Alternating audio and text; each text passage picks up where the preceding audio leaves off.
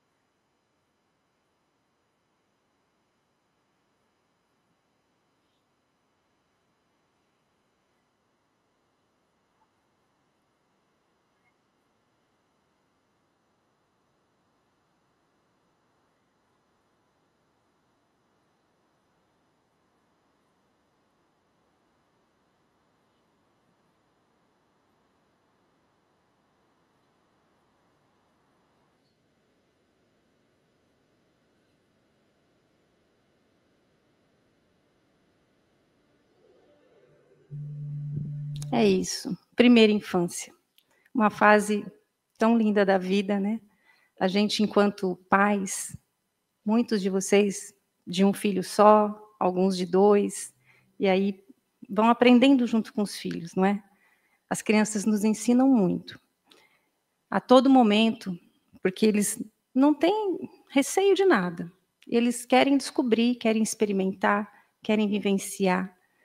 A cada experimento, cada vivência, é uma descoberta nova.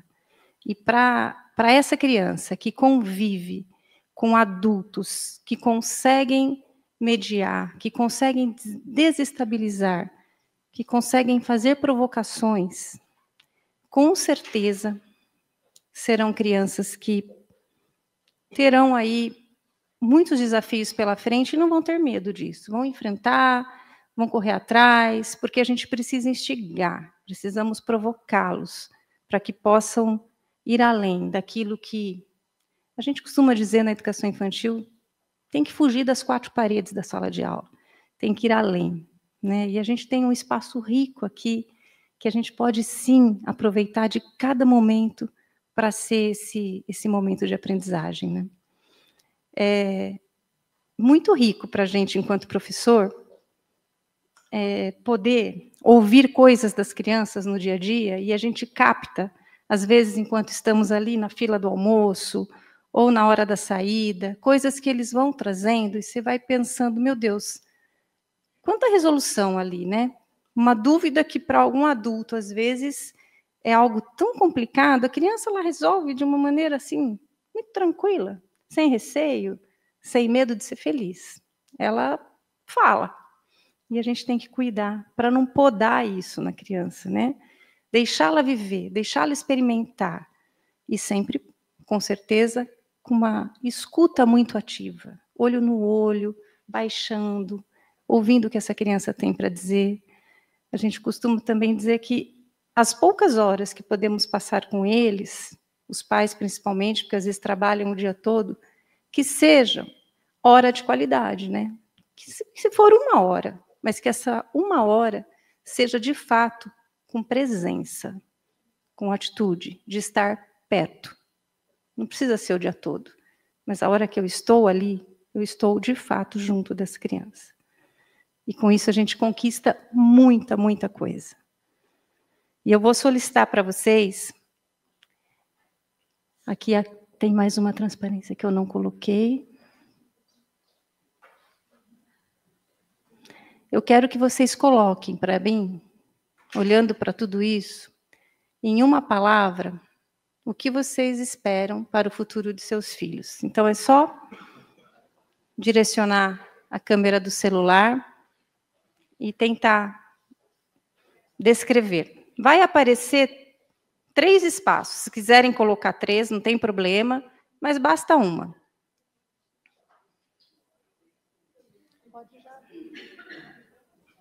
Já pegaram? Tem gente pegando. Tira.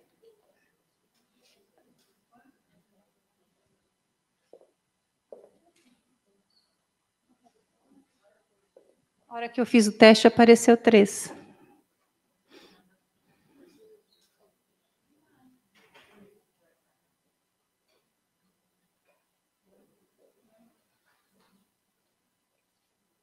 Boa noite, tudo bem?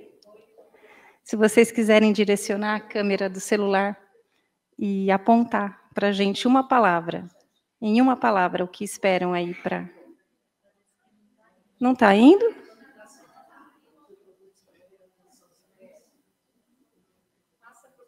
É que eles vão pegar o QR Code. Chegaram agora.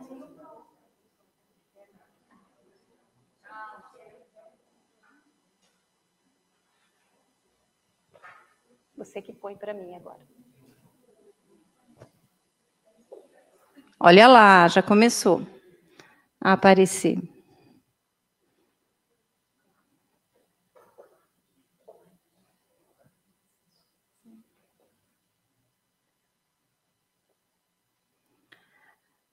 Normalmente, a palavra que está em maior destaque é a palavra que a maioria de vocês colocaram, né?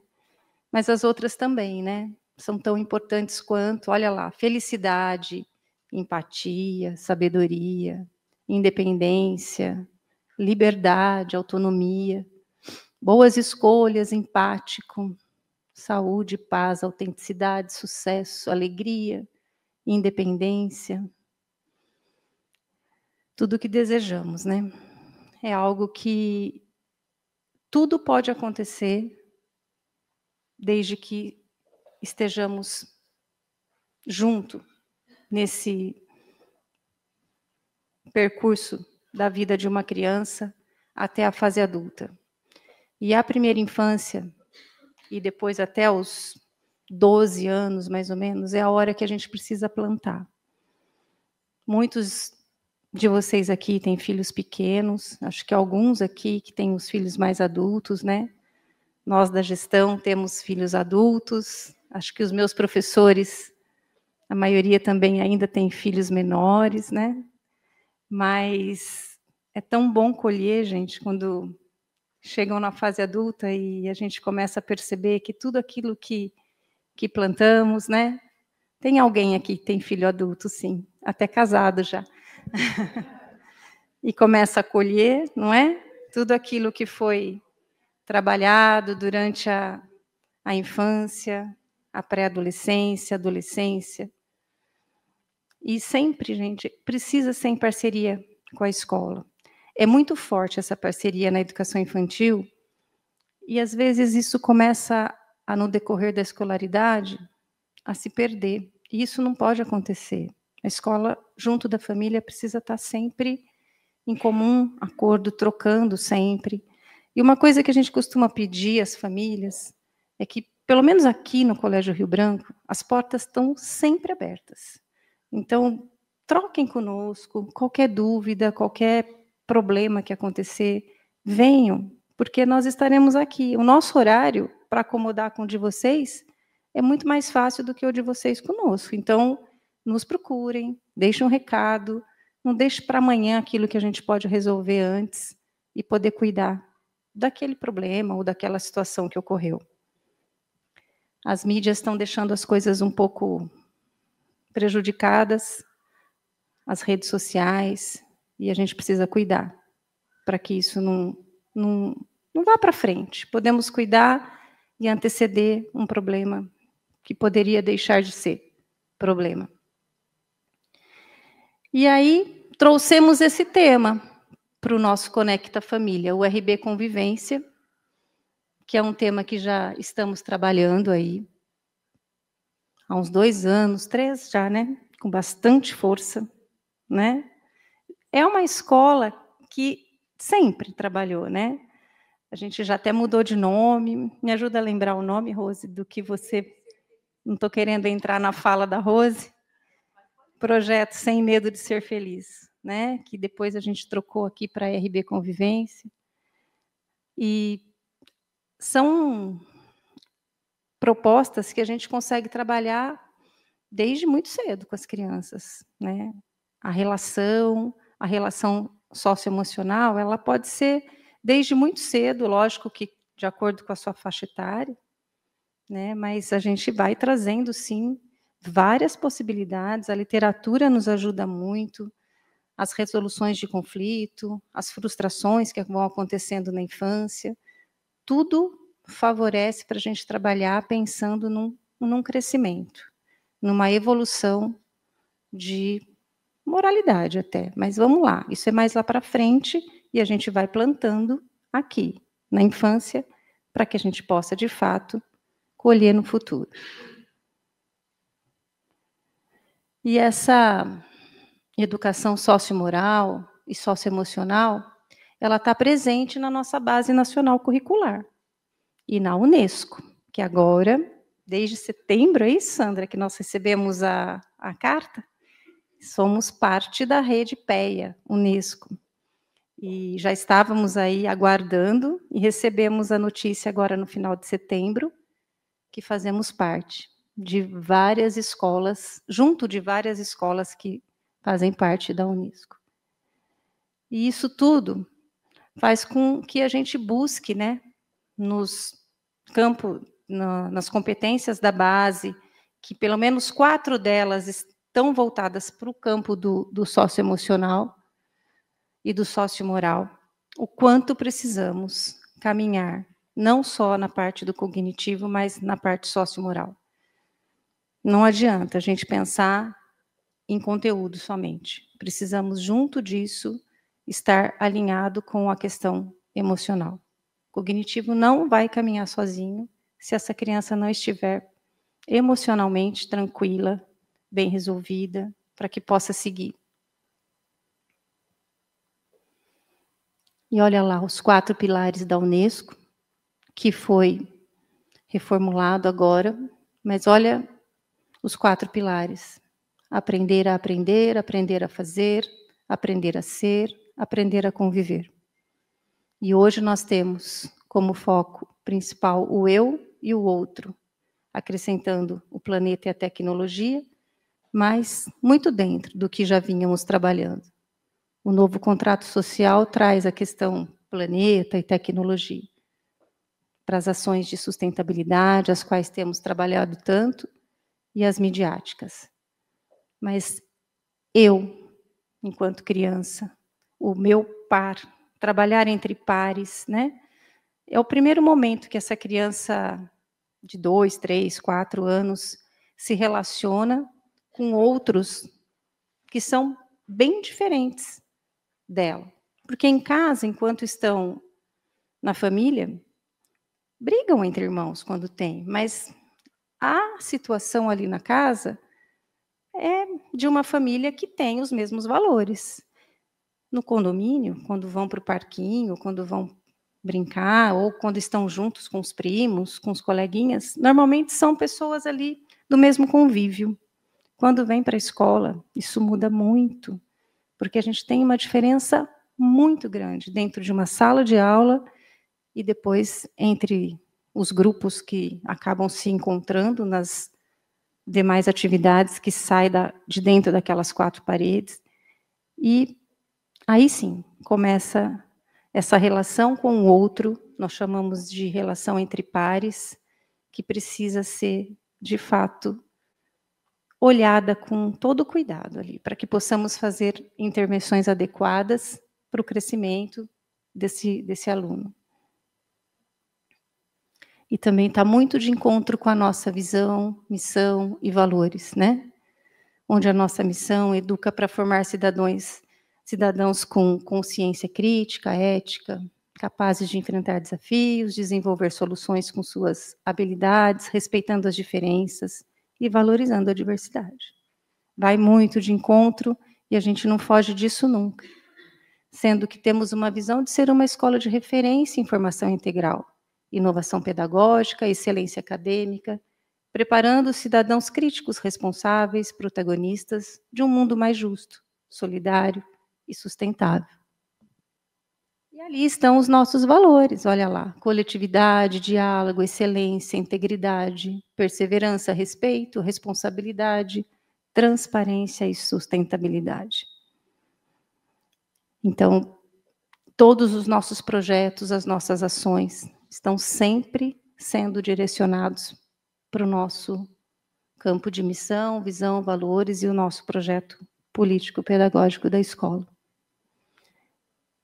E aí estamos, com a educação infantil sendo um espaço de acolhimento, afetividade, respeito, onde cada criança é reconhecida em sua diversidade e singularidade.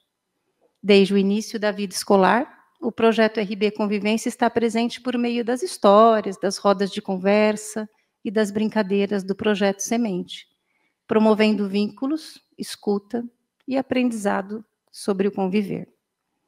A gente tem esse projeto Semente a partir do 1º ano do fundamental. Na educação infantil não temos nenhum material adotado, mas as atividades são sim voltadas para essa questão do acolhimento, das rodas, das trocas, mas muito mais através da literatura infantil do que de um livro didático.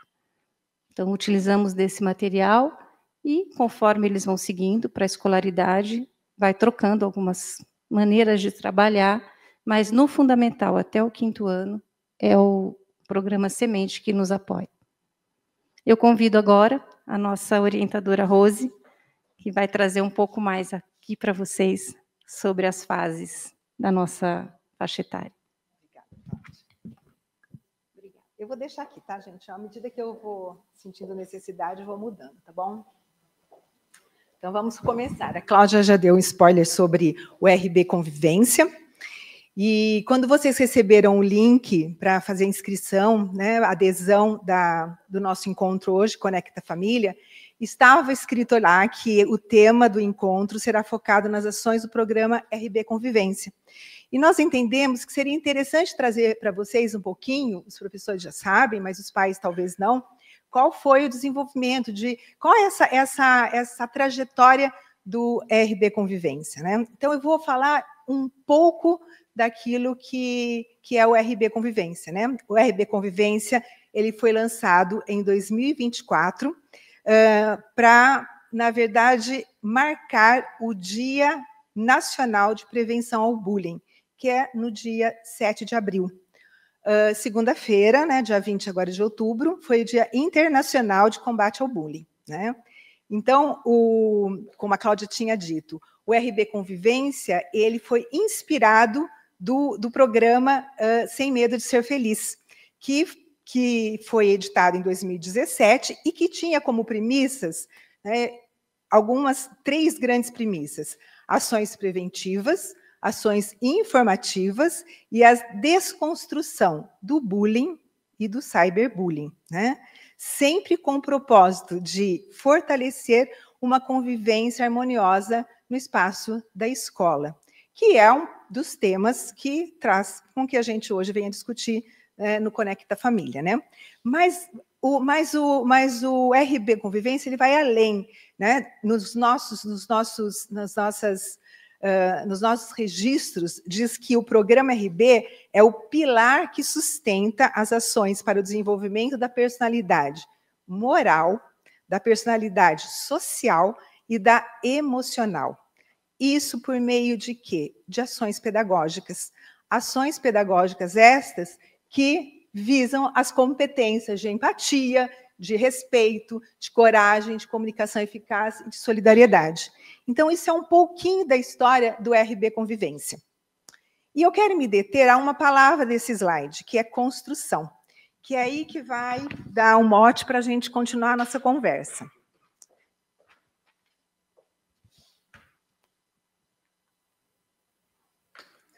E o mote para a gente começar a conversa são as fases do desenvolvimento moral. É bem verdade que existem várias linhas de trabalho de educação moral, né? Então, existe os estudiosos que dizem da pré-moralidade, da pós-moralidade. Nós optamos por esses três aspectos do desenvolvimento moral: anomia, heteronomia e autonomia. Mas antes da gente se deter a cada uma delas, eu quero dizer o seguinte para vocês, né? A Cláudia já falou um pouquinho sobre isso. O desenvolvimento moral, ele depende do desenvolvimento cognitivo. É fundamental, é sine qua non a condição. Só que a dimensão cognitiva, ela não dá conta do desenvolvimento moral, né? Eu acho que os professores ouviram bastante isso com a Flávia, né? E o que mais? Daí vocês perguntam, mas Rose, o que mais, além da dimensão cognitiva, é necessário para que haja desenvolvimento moral? E aí eu digo para vocês, a afetividade. Os dois trabalhos... Eu me movimento bastante, tá, gente?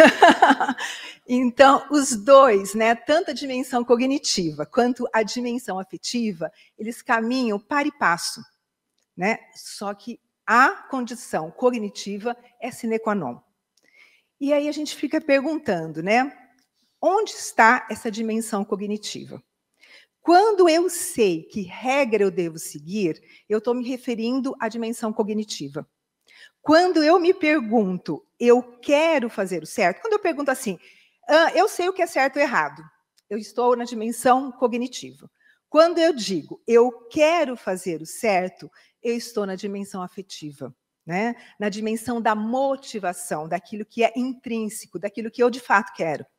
E aí a gente vai se filosofar um pouquinho, nós vamos entrar no que é moral e no que é ética, né? E aí nós vamos saber que moral, um conjunto de regras, e ética, na verdade, de princípios, né?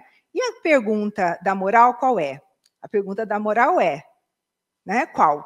Que regra eu devo seguir? E a pergunta da ética qual é? Que vida eu quero ter, né? Então, as professoras que trabalharam volto a dizer, com a Flávia, estão cansadas de ouvir isso, né? Mas é sempre bom a gente ouvir de novo. Então, gente, esse desenvolvimento moral, ele precisa de muitos aspectos. Ele precisa da interação, ele precisa de um adulto maduro e responsável, né? Então, tem um provérbio africano, eu acho que é africano, que diz que precisa de uma aldeia inteira para a gente educar uma criança, né? Vocês já ouviram isso. E essa aldeia, uma parte dessa aldeia está aqui, né? Somos nós, professores, pais, né? E também tem a família estendida, que são os tios, os primos, a madrinha, o padrinho, que são as pessoas que nos ajudam nesse desenvolvimento da educação moral, né? Então, é importante que a gente diga isso. Muito bem. Dito isso, nós vamos começar a falar sobre a primeira fase do desenvolvimento moral, que é a anomia, né? A própria palavra, ela já nos dá pistas do que é a ausência, nomia, regras, ausência total de regras. E essas crianças estão em que fase? Do 0 aos 2 anos, né? Então, eu vou lembrar vocês sempre de uma coisa: a gente não pode perder de vista o cognitivo e o afetivo. Então, eu vou sempre me reportar para o desenvolvimento cognitivo também, quando eu for falar para vocês das fases do desenvolvimento moral, tá bom? Então, anomia. Anomia, ela é a criança, ela não sabe o que é certo, ela não sabe o que é errado, ela não sabe o que pode, ela não sabe o que não pode. Em que fase do desenvolvimento cognitivo está essa criança? Sensório-motor. E o sensório-motor, ele nos diz o quê? Que a criança, ela é o quê? Movimento e sensações, né? O aprendizado da criança, nesse momento, ela está em 7 grandes pilares, né? Quem estudou Piaget sabe, né? Audição, visão, tato, olfato, gustação, preensão, e acho que falta uma, sucção, né? Então, a criança aprende a partir desses 7 pilares. Ela aprende o mundo que está ao redor dela a partir desses 7 pilares, né? Então, é importante dizer que, por exemplo, quando você vê uma criança de 0 a 2 anos brincando, é uma brincadeira o quê? Exploratória, né? É uma brincadeira repetitiva. Só que, dentro dessa perspectiva que nós estamos trazendo, de anomia, heteronomia e autonomia, há, nesses 0 a 2 anos, um momento importantíssimo na vida dessa criança. Um virar de chave na vida dessa criança, né? Que se dá por volta dos 18 meses, que é a função simbólica. Então, né, estamos falando do desenvolvimento moral, mas sem perder de vista o desenvolvimento cognitivo. E aí, o que será que é essa função simbólica? Então, eu vou dar alguns exemplos. Quando a gente percebe uma criança de 0 a 2 anos brincando, você percebe que ela brinca com as panelinhas, com os carrinhos, com os brinquedinhos dela ali. Acabou de brincar, ela não consegue transferir para um outro momento aquela brincadeira tal qual ela realizou ali. Até por volta dos 18 meses. A partir dos 18 meses, com a função simbólica, e a palavra função simbólica, ela serve para isso mesmo, ela tem uma função, ela serve para alguma coisa.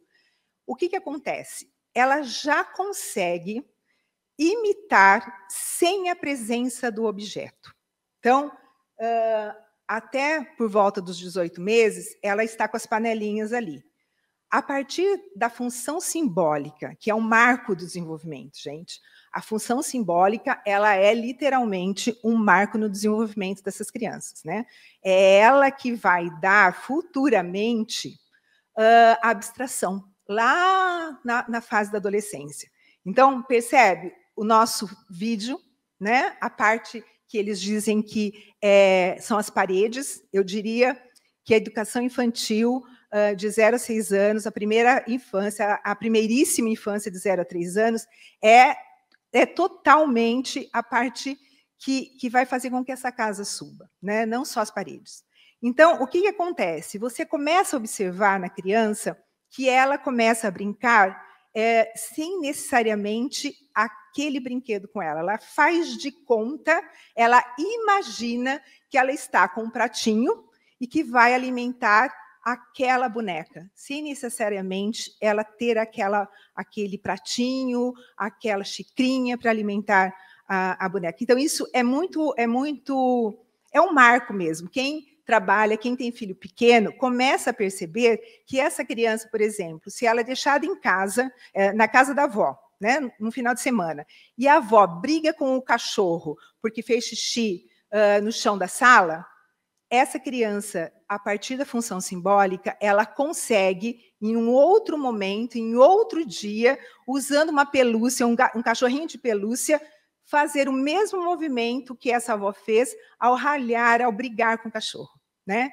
Então, gente, a função simbólica é, nesses primeiros 2 anos, muito importante para o desenvolvimento social e para a abstração dessa criança, né? Então, eu costumo dizer que esse aspecto cognitivo ele é muito visível, né? E ele precisa fazer parte do desenvolvimento dessa criança. Mas ela é totalmente sem nenhum tipo de regra, né? Mas não é porque a criança não está na anomia que nós não vamos fazer boas intervenções. Nós precisamos fazer boas intervenções.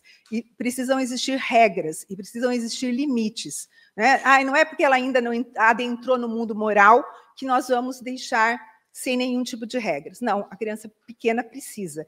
Quanto menor a criança, mais regras essa criança precisa. Ok? Vamos para o próximo.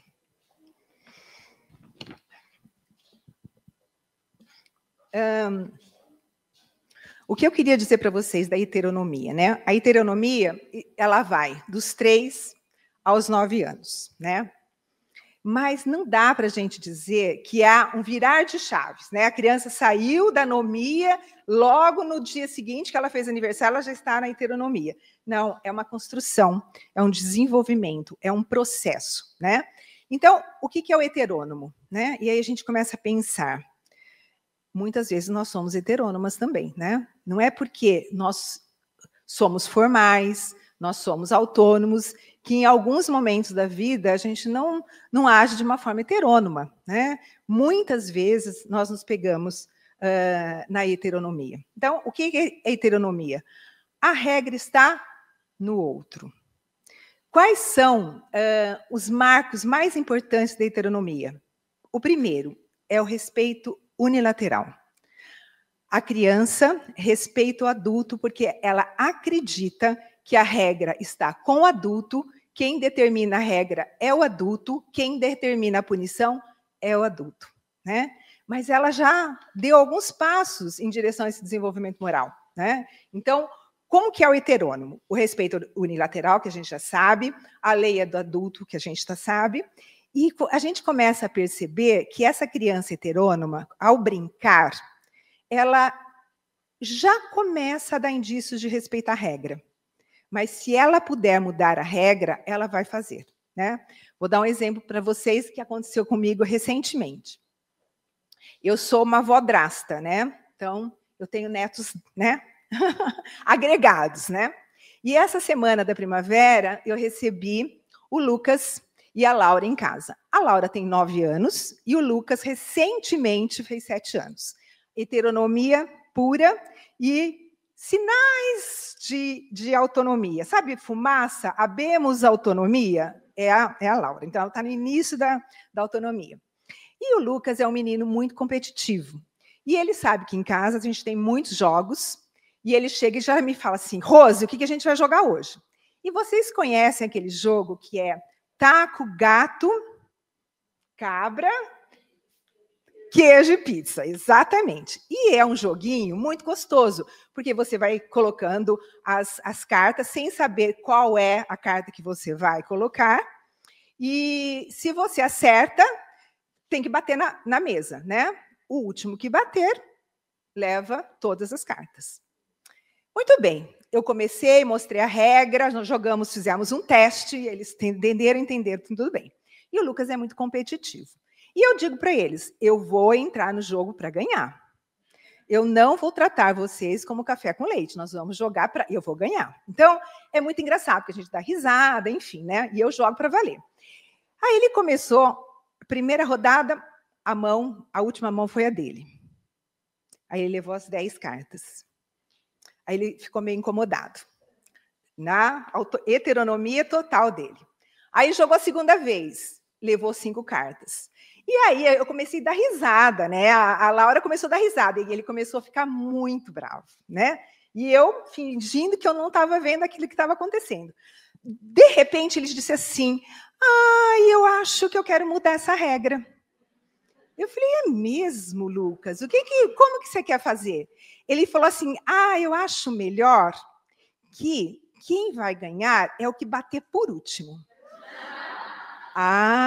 Muito bem. Eu podia ter ficado por ali, né? Podia ter encerrado a conversa, mas eu não seria se eu não tivesse feito uma intervenção de qualidade, né? Porque qual que é a nossa função? A nossa função é fazer com que a criança ela suba um degrau, né? É claro que nós vamos agir nesse desenvolvimento proximal, mas sempre com o intuito de que ela evolua cognitivamente e moralmente.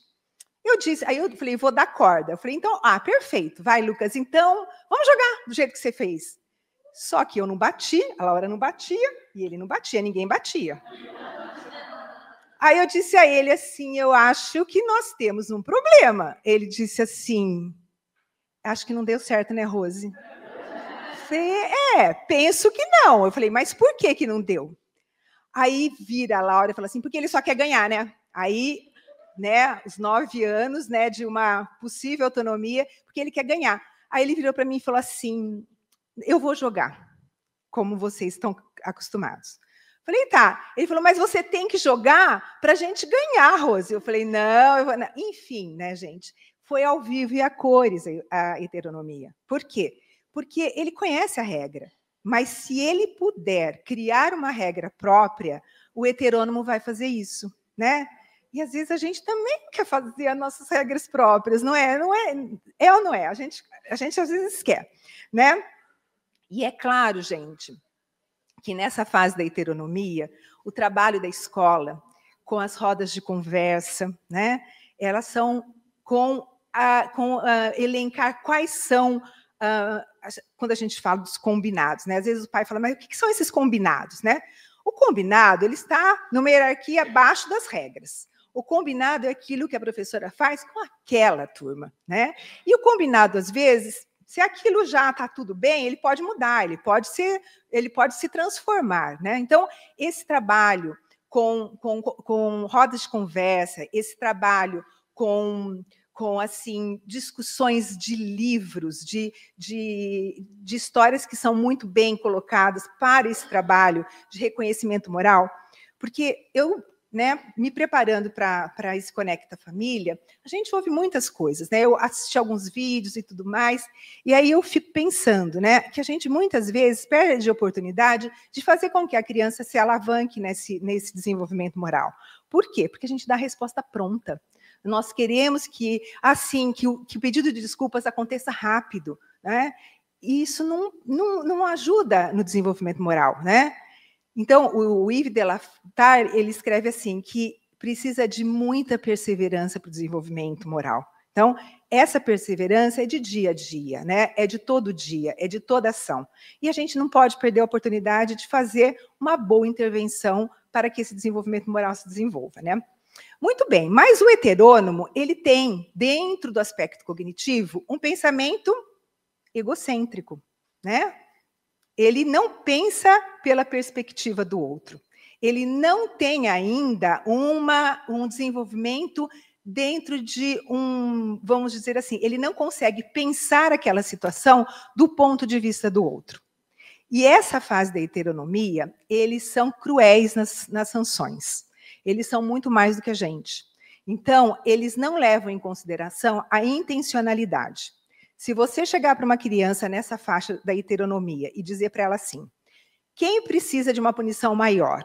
Uma criança que quebrou 15 xícaras sem querer, né? Ou uma criança que quebrou uma xícara por querer? Ele vai dizer assim: claro que é a que quebrou 15 xícaras. Por quê? Porque o heterônomo, até escrevi aqui para não esquecer: resultado grande, culpa grande, grande sanção. Resultado pequeno, culpa pequena, pequena punição.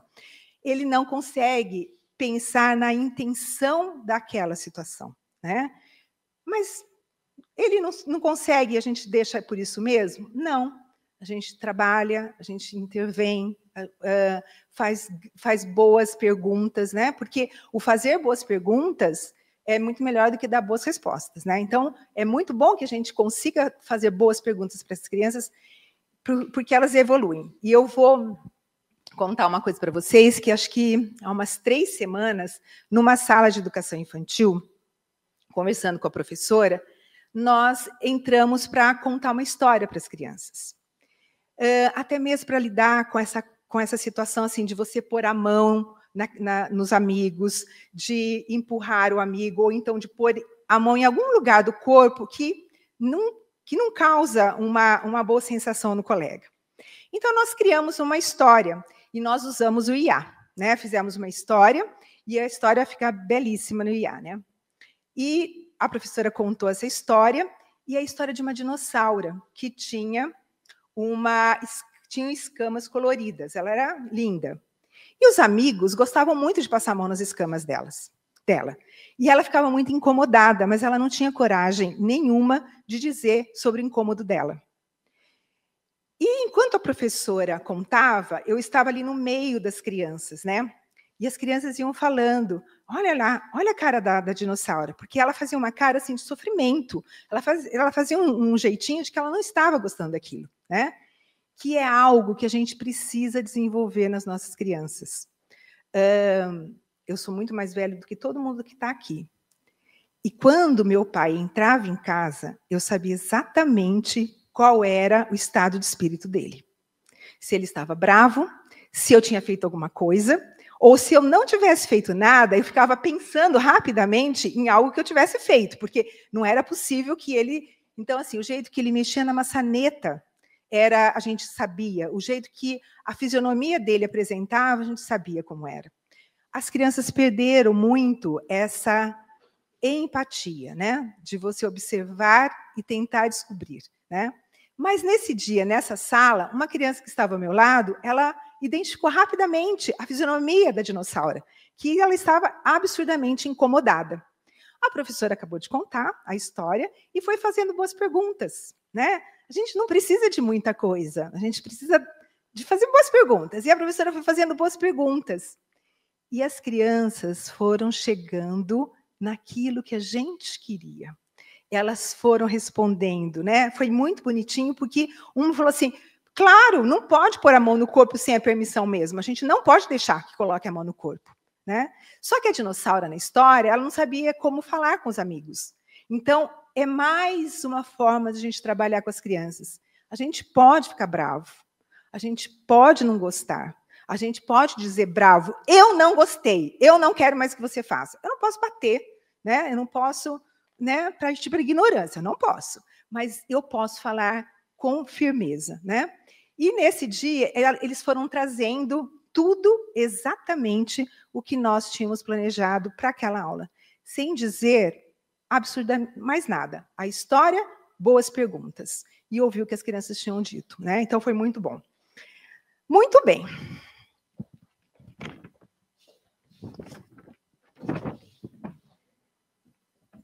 Vamos chegar no nosso objetivo, né? Eu não li, o que eu vou falar agora, eu não li em lugar nenhum, mas eu diria para vocês o seguinte, que o desenvolvimento moral, ele tem um início, mas ele não tem um fim, né? Nós estamos o tempo inteiro, anomia não, né? Mas entre a heteronomia e a autonomia, né? E a autonomia é uma beleza, uma lindeza da gente falar sobre autonomia, né? Então, a autonomia, como lá na heteronomia o respeito era unilateral, agora o respeito passa a ser mútuo. Eu respeito o adulto, mas eu também quero ser respeitado, né? E é um desenvolvimento que é o que eu digo, começa aos 9 anos, habemos a autonomia, né? Não é a autonomia, são sinais de autonomia. Nós vamos colher os frutos na adolescência, né? Então, tem uma coisa dentro do aspecto cognitivo que supera e que faz com que esse adolescente, que essa criança, ela passe da heteronomia para a autonomia, é a cooperação. E também a reciprocidade e também a reversibilidade. Então, são dois aspectos cognitivos importantes que marcam o desenvolvimento cognitivo, assim, visando a autonomia. Então, essa criança, dentro, né, nesse aspecto da autonomia, dentro da fase da autonomia, ela já consegue levar em consideração a intenção. Ela já consegue conseguir pensar em todo o processo que aconteceu para conseguir avaliar se aquela sanção é uma sanção justa, se não é uma sanção justa. E a palavra justo começa a aparecer muito nessa fase. Isso não é justo, né? Na fase da heteronomia, começa o início da delação. Eu quero que a regra ela seja uma regra para todos. Então, assim, ele pegou a água, ele saiu para o banheiro, a gente ouve muito isso na fase da heteronomia. Isso começa assim, a desaparecer na autonomia, né? Mas a possibilidade da criança, do adolescente, poder levar em consideração a intencionalidade, esse pensamento reversivo, esse pensamento de reciprocidade, dá a essa criança a possibilidade de cooperar, né? E não é o cooperar de ajudar meu amigo a carregar a mala dele, não, é de operar junto, né? Nas estruturas mentais mesmo que a gente está falando, né? E aí, entra muito, né? E aí entra lá na seara da Andréia, que está aqui, lá no 5º ano, um trabalho muito legal para ser feito nessa fase da autonomia, nesse início de autonomia, é com os dilemas morais, né? Que não difere muito do trabalho da dinossauro, que não difere muito daquela roda de conversa que a educação infantil faz.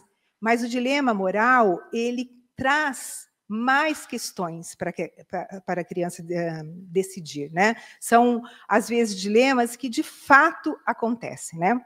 E falando sobre autonomia, eu contei para a Cláudia, e não sei se eu contei para mim, mas eu contei para a Cláudia, que quando eu trabalhava dilemas morais com 5º ano, eu me deparei com uma situação de um dilema bastante interessante, e que foi, assim, decisivo na vida dessa criança. Nós tínhamos um trabalho com dilemas morais com o 5º ano, e nós tínhamos algumas regras, né? O sigilo do que se dizia ali na sala era um deles. Claro que não sigilo para o pai e para a mãe, mas era um sigilo assim, de eu não vou contar para o amigo lá da outra sala.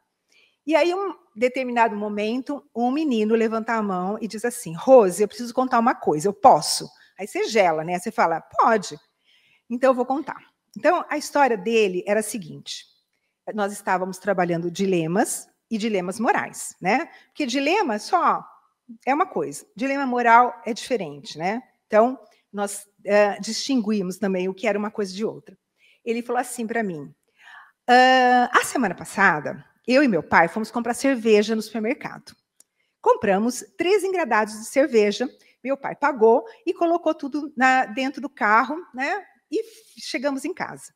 Quando meu pai foi abrir o porta-malas do carro, ele viu que só tinham 2 engradados. Ele falou para mim: nossa, deixamos outro engradado lá no supermercado. O que nós fizemos? Nós pegamos a nota fiscal, porque tinham 3 engradados ali, voltamos para o supermercado e falamos com o gerente. O gerente falou: imagina, hipótese alguma. Foi lá, pegou o engradado, trouxe o engradado, e quando meu pai abriu o porta-malas, ele percebeu que o engradado tinha ficado preso num cantinho ali onde tem o estepe do carro. Eu, Rose, virei e falei assim: pai, olha aí, tá aí. Ele virou para mim e falou assim: não, o dono do supermercado é muito rico, ele tem muita cerveja, nós vamos levar embora para casa. Eu disse a ele assim, a Sandra lembra disso. Aí eu disse para ele assim: meu Deus, o que a gente faz com isso agora? Né? 32 crianças ouviram, eu ouvi, a professora ouviu, todo mundo ouviu. E ele estava angustiado, porque era um dilema moral na vida dele, um dilema que ele tinha vivido, gente. Tá? E ele estava pedindo: socorro, me ajuda. Aí virou Um falou assim, isso é roubo. O outro, nossa, tem que... não sei o quê. Eles queriam, assim, pôr a guilhotina na escola e guilhotinar o pai, né? Por quê? Porque a autonomia ainda não está consolidada, né? É olho por olho, dente por dente, não é? Então, aí, assim, eu precisava fazer uma boa intervenção, né? E aí eu disse para ele, gente, vocês estão percebendo? A gente fez o reconhecimento do sentimento, né? Que nosso colega, quais são os sentimentos? Eu estou muito chateado. Por quê? Porque o heterônomo, ele tem medo de decair aos olhos do adulto. O autônomo, ele começa a ter medo de decair aos seus próprios olhos, né? Por isso que é muito importante que ele tenha uma boa estima, ele tenha um bom conhecimento de si, ele se goste, porque vai chegar um momento, e chegou para todo mundo, e vai chegar que a gente fala, meu Deus, por que eu fiz isso? A gente decai aos nossos olhos. Então, eu preciso ter uma boa estima para suportar esse decair aos meus olhos, né? E aí, acolhemos, né? E aí, assim, gente, lembra que nós temos um trato. Qual é o nosso trato? Sigilo. Não dá para sair contando no pátio da escola para todo mundo, tá? Tudo bem. E aí vai que vai. Aí vira assim, fala para sua mãe falar com seu pai, as ideias. Minha mãe já falou, e meu pai já brigou com ela. Ana, vai lá e conta para o gerente do supermercado. Não, isso eu não posso fazer, não sei o quê. Vira uma menina no seu início de autonomia e diz para ele, escreve uma carta.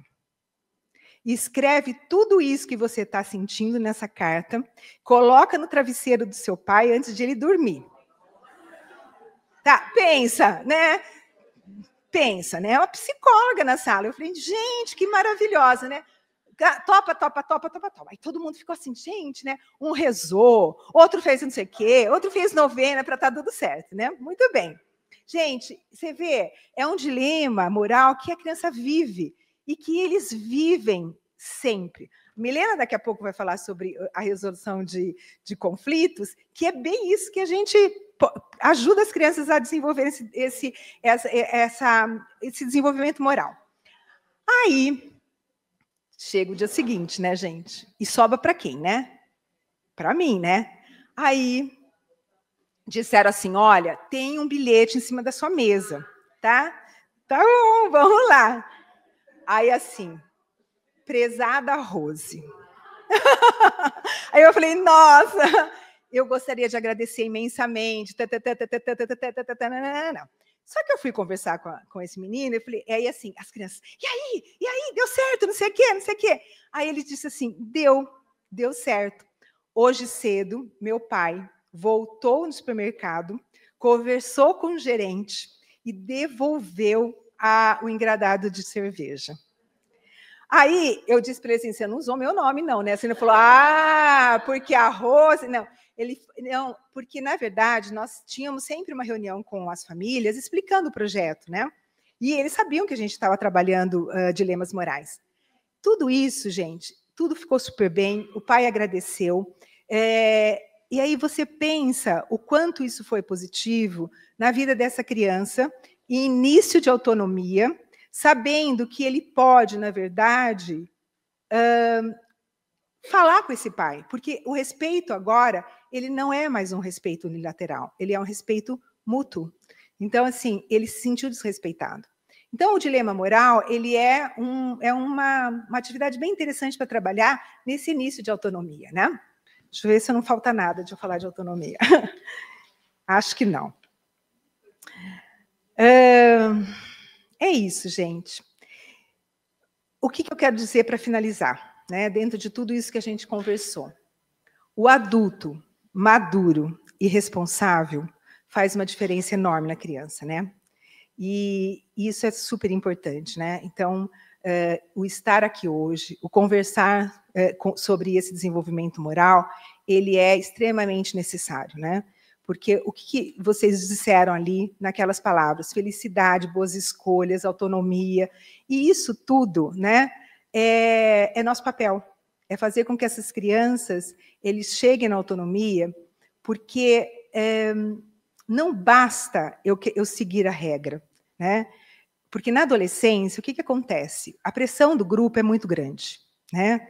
A gente sabe que dizer não para o grupo precisa ter muito, como diria meu pai, muito culhão, né? A gente tem que ter muita garra. Não é fácil, né? Não é fácil eleger quais são os valores centrais da nossa vida e quais são os valores periféricos, né? Não é muito difícil, apesar da pressão do grupo, a gente dizer não e levantar a bandeira que isso não é um princípio meu, esse não é um princípio da minha família, né? Uma vez eu participei de uma atividade sobre dilemas morais, sobre moralidade, e a pessoa que deu a palestra, ela disse assim, que a gente tem muito porta-retrato na casa, né? Porta-retrato para tudo. Só que a gente não tem um porta-retrato dizendo quais são os princípios que regem a família Coelho da Costa, da Silva. Nós não temos na nossa casa. Então, muitas vezes, nem os nossos filhos sabem quais são os princípios que regem aquela família. Então, ela dizia assim, tinha que ter um porta-retrato dizendo assim, nesta família, nós priorizamos o respeito, as diferenças, a igualdade, sabe, missão, visão e valores, né? É um pouco isso. Isso fez muita diferença em muitas famílias que eu acompanhei. A partir do momento que aquela família ela compartilhou com os filhos quais eram os princípios que não eram periféricos, que eram centrais daquela família, tudo ficou muito mais fácil, né? Mas, enfim, gente, era isso sobre desenvolvimento moral. E agora a Milena vai falar sobre, né, Milena? Os desafios do... E eu continuo aqui com vocês mais um pouquinho. Então, conviver é aprender a lidar com conflitos de forma construtiva. A escola é o espaço onde os conflitos acontecem o tempo todo, né? Desde o início da escolarização até o final da escolarização, os conflitos acontecem diariamente e inúmeras vezes. Muitas vezes a gente, até quando vai conversar com algum pai, né, que os pais querem que relatem todos os conflitos, a gente fala assim, olha, todos não dá, né? Porque é pela cadeira que eu não consegui sentar na cadeira daquela cor, é o amigo que eu não queria do lado do lanche, é o brinquedo do parque, é a pazinha. São inúmeros conflitos que o professor vai mediando o tempo todo, da hora que a criança chega na escola até a hora que a criança sai. E aí, como que a gente trabalha aqui na escola com as resoluções de conflito? São seguindo esses 3 passos: reconstruir o fato, colocar-se no lugar do outro, reparar e restaurar. Então, reconstruir o fato faz parte da nossa rotina. Eu falo que a criança começa na educação infantil com essa mochilinha vazia. E aí, aos poucos, os professores, os mediadores, o tempo todo a gente ensina essa criança como ela deve falar com um amigo, a mordida na turma de 2 anos, né? Quem é pai aqui dos pequenininhos sabem. Muitas vezes a criança ainda não fala e aí reage como? Mordendo, empurrando, puxando o cabelo. E aí a professora vai ali sempre reconstruir o fato com as crianças envolvidas, né? Conversar, ouvir, falar com a criança, mostrar a ela quais são as outras formas de resolver esse conflito sem utilizar a agressão, a forma física, né? Utilizar outras formas, sempre de maneira muito afetiva, acolhedora, fazendo com que a criança também se coloque no lugar do outro. O tempo todo a gente faz isso, né? Desde pequenininho até a fase adulta, né? Como é importante, a gente fala tanto sobre empatia hoje, e muitas vezes a gente vê adultos que não são empáticos, né? Então, a importância de conversar com a criança sobre o que ela sentiu, como você se sentiu quando um amigo agiu dessa forma com você. Então, isso é muito importante. A questão de reparar e restaurar aquilo que aconteceu, entender o que aconteceu, agir para corrigir. Não é simplesmente pedir desculpas, né? Mas o que eu posso fazer? Às vezes envolve 2 crianças, envolve mais, às vezes envolve uma turma toda. Então, o professor, ele vai agir de diferentes estratégias, sempre de acordo com aquela faixa etária que o professor trabalha. Então, não existe uma única forma, existem diversas formas de fazer essa mediação. E na educação infantil, a gente conta muito com as histórias, né? Então, muitas vezes, isso que a Rose citou, né, de trazer uma história, o professor o tempo todo faz isso, né? Teve um conflito, teve uma situação, traz uma história para trabalhar com a turma, para ensinar, para mostrar, porque lembrando que nem todo mundo aprende da mesma forma, do mesmo jeito e no mesmo tempo, né? Eu tenho aluno que é mais visual, eu tenho aluno que é mais auditivo, eu tenho aluno que é mais criativo, eu tenho diversos tipos de aluno, diversas formas de aprendizagem na sala de aula.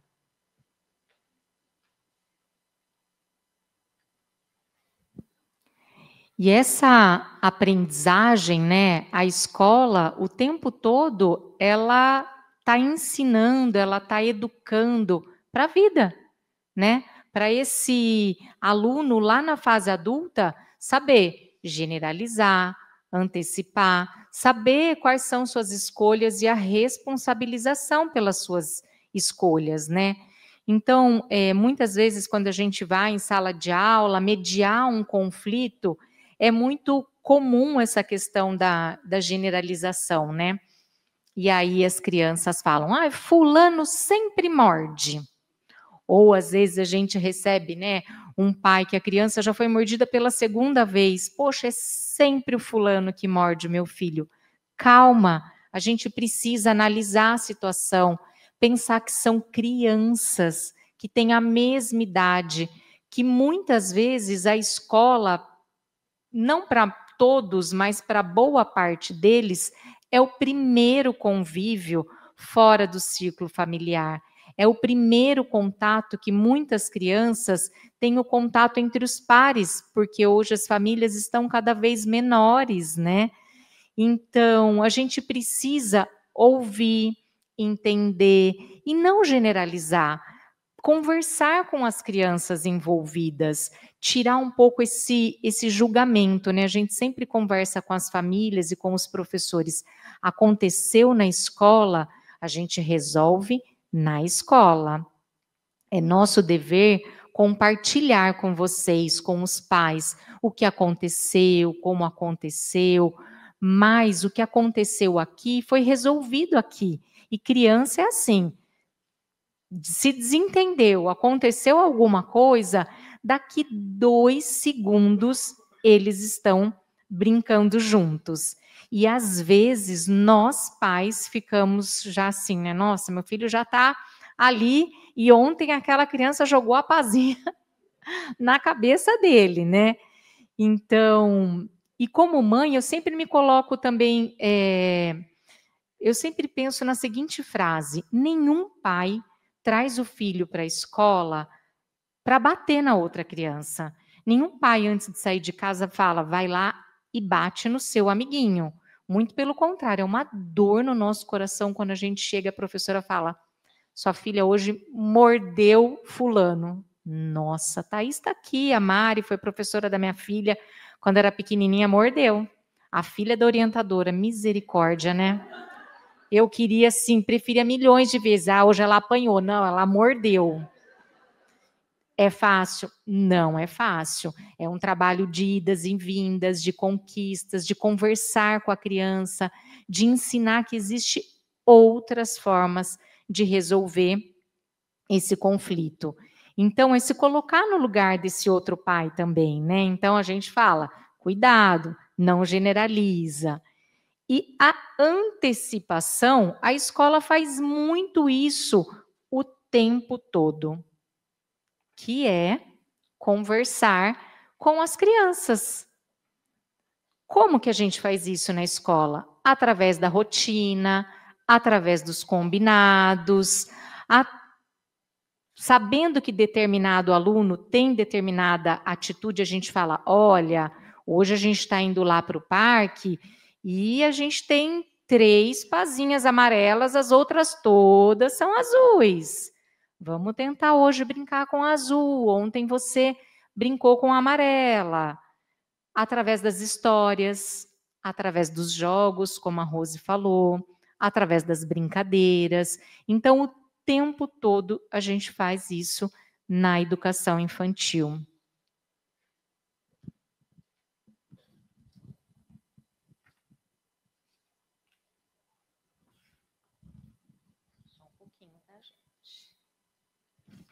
E a responsabilização pelas escolhas.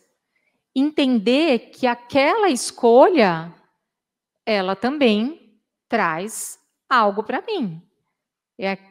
Os conflitos geram consequências, né? A gente não usa e nem adota o castigo, porque às vezes a gente recebe, né?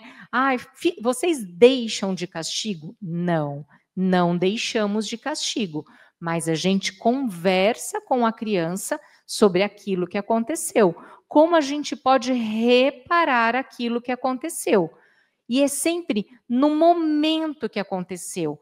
Então, não é porque aconteceu alguma coisa na hora do lanche, por exemplo, que eu vou conversar com a criança ou tirar a criança do bosque. Não, é na hora do lanche. A gente vai ter que procurar outro amigo para sentar do lado, se eu não consigo ficar do lado daquele amigo. É sempre no momento. Quando a gente compartilha com a família, é no sentido da família estar ciente daquilo que aconteceu. Não para dar uma punição para a criança. Porque a Rose falou sobre isso, né? Eles são duros, né? As atitudes é essa. Tira ele da escola, expulsa ele, manda ele para outra escola, tia. Não, não é dessa forma que a gente resolve. E nunca é tirando do conflito. Imagina se cada conflito que acontece a gente tira a criança. Muda de sala, muda de período. Essa criança não aprende, não cresce, não aprende com as experiências, com as frustrações. A gente não ensina em nenhum momento a violência, muito pelo contrário, é agindo com a empatia, mas a criança precisa saber se defender. Então, às vezes, a gente conversa com as famílias. É uma criança, por exemplo, que é mais mordida, ou o amigo empurra ela, porque é uma criança que pouco se defende. Então, a gente vai ensinar essa criança a se defender. Como? Colocando a mão, saindo correndo, chamando a professora. Então, a gente precisa ensinar, falar sobre isso com as crianças.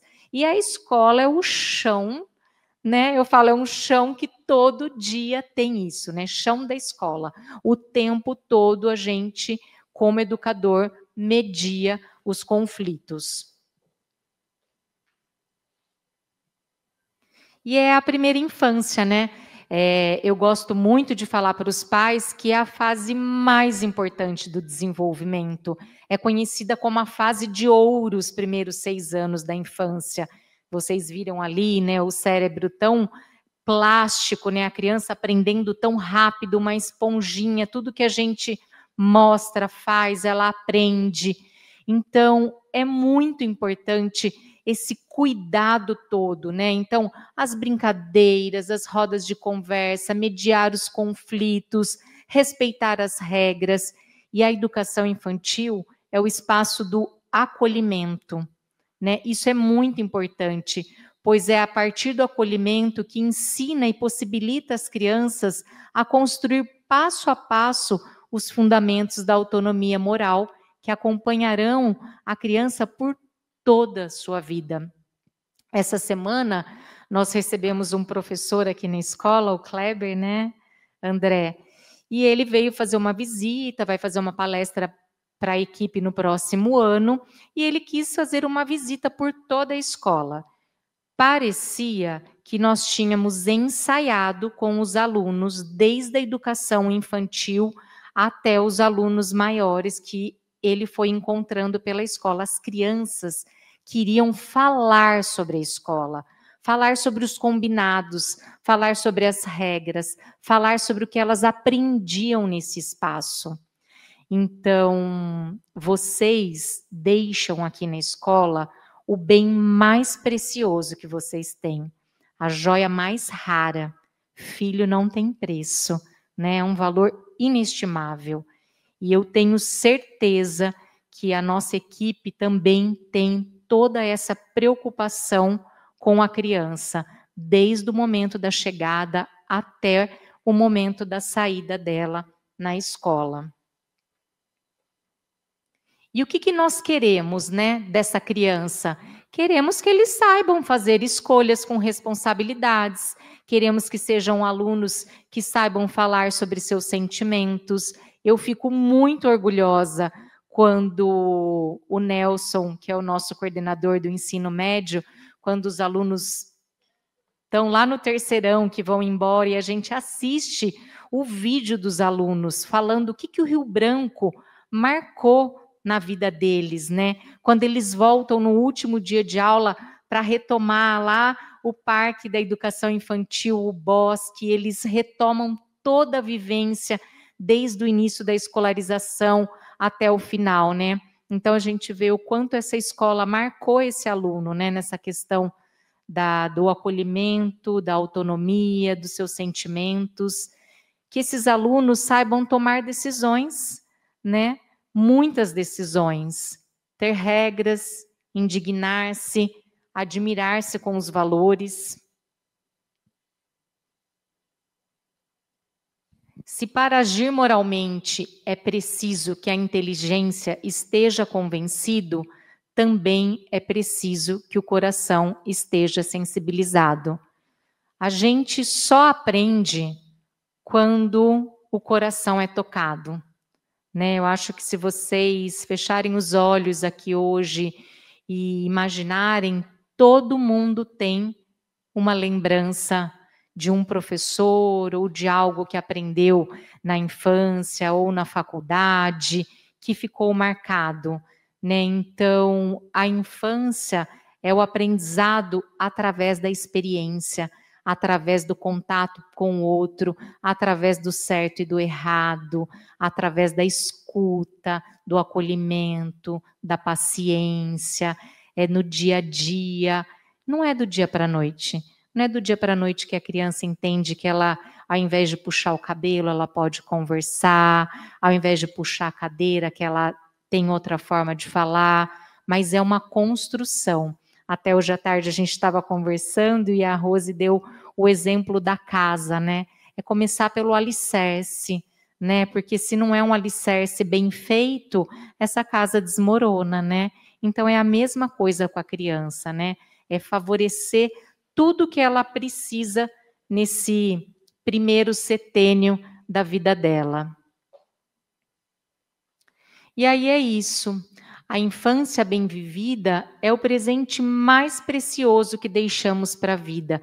Hoje, quando vocês responderam aqueles slides, as palavras, no início do ano, nós fizemos essas mesmas perguntas aos nossos professores. Que aluno que eles querem formar? O que eles esperam lá no futuro do aluno, quando o aluno vai sair da escola, né? E todos eles colocaram palavras muito próximas a que vocês colocaram aqui hoje. Então, é isso que a gente espera para o nosso aluno: autonomia, liberdade, curiosidade, descoberta, experiência, empatia, acolhimento, presença, afeto, olhar atento, cooperação, escuta, confiança, tempo para ser criança. É comum a gente ouvir muitas vezes: eu não tenho tempo. É uma frase do adulto. Criança precisa ter tempo. Precisa ter tempo para brincar, precisa ter tempo para ser criança, ter tempo para fazer as coisas sem correria.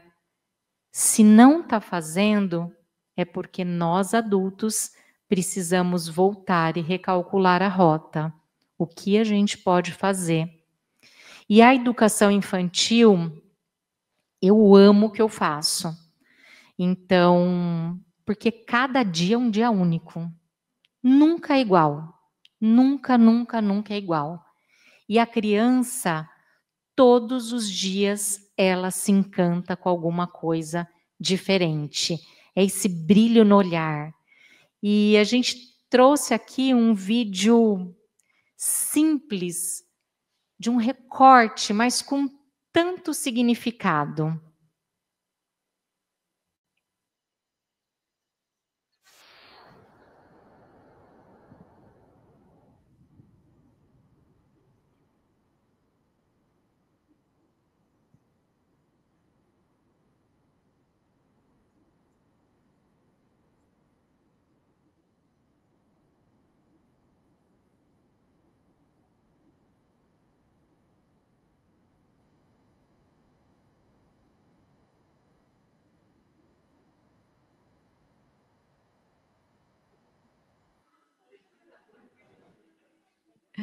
É essa alegria, né? É vida que pulsa todo dia.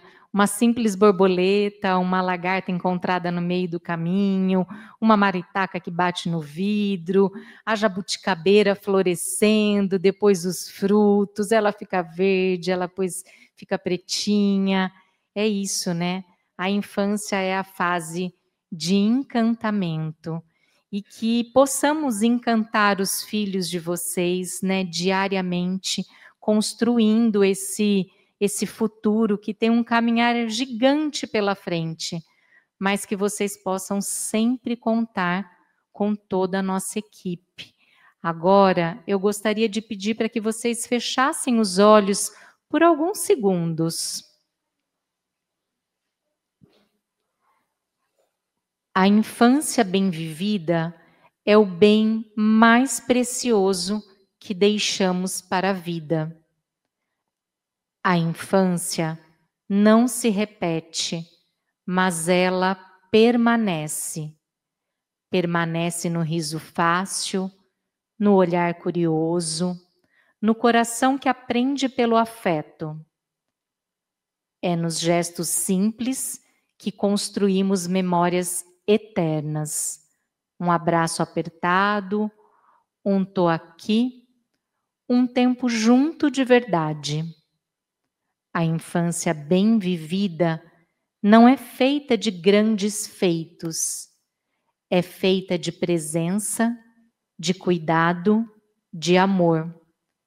Ela é o bem mais precioso que deixamos para a vida, porque cada momento vivido com afeto é um presente para a criança que você vai carregar para sempre dentro de si. Valorize o agora, a infância é hoje e ela constrói tudo o que vem depois. Autor desconhecido. Então, nós finalizamos aqui nossa apresentação hoje, deixando aqui para vocês esse convite para que a gente possa sempre aprender juntos, né? O Conecta Família está aí para esse espaço de troca entre escola, entre família. Nós deixamos aqui agora o QR Code para avaliação do evento e também nos colocamos à disposição, caso alguém queira fazer alguma pergunta, trocar com a gente, estamos aqui. Obrigada pela presença de todos vocês, em nome de toda a nossa equipe.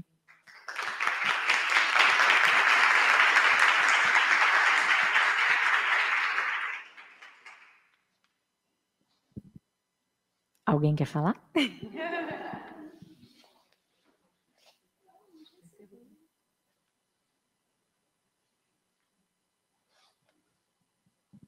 Então, não deixem de avaliar. Mais uma vez, muito obrigada. Tenha todos uma ótima noite.